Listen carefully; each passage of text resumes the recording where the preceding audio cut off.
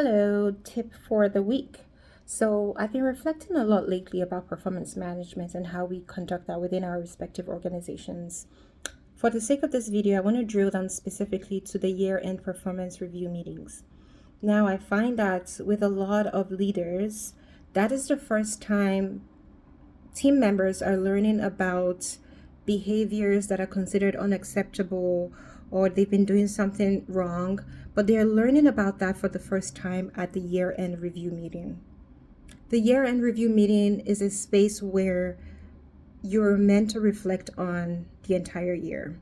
So, the things that went really well, the skills that they learned, the areas that they struggled in, and what they have been doing to overcome deficiencies in those areas, projects, accomplishments, things that they worked on, and as well as looking ahead, thinking about the future, the next fiscal year, thinking about what they want to do, what they're looking forward to executing, any new projects, new skills they want to learn, areas that they want to improve in, and coming up with a support plan for how they can be successful in those areas.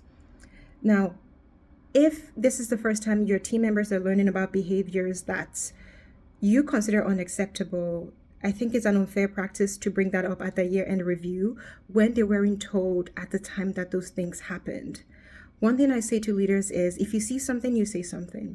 It doesn't have to be confrontational, it can be a conversation, right? If you do have a structure of ongoing feedback where you have one-on-ones with your team on a weekly, bi-weekly basis, that is when those things should naturally come up.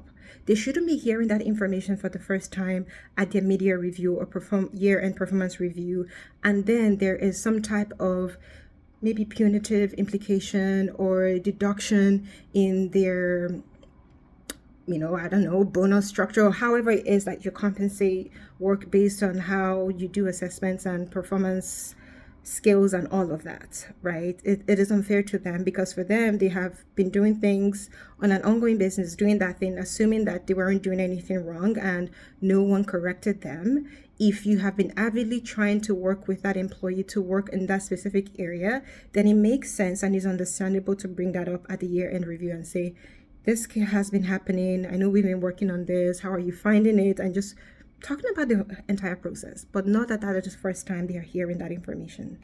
So I hope that as you go into this week, I want you to reflect on that and consider perhaps what you can do differently with your year-end performance reviews.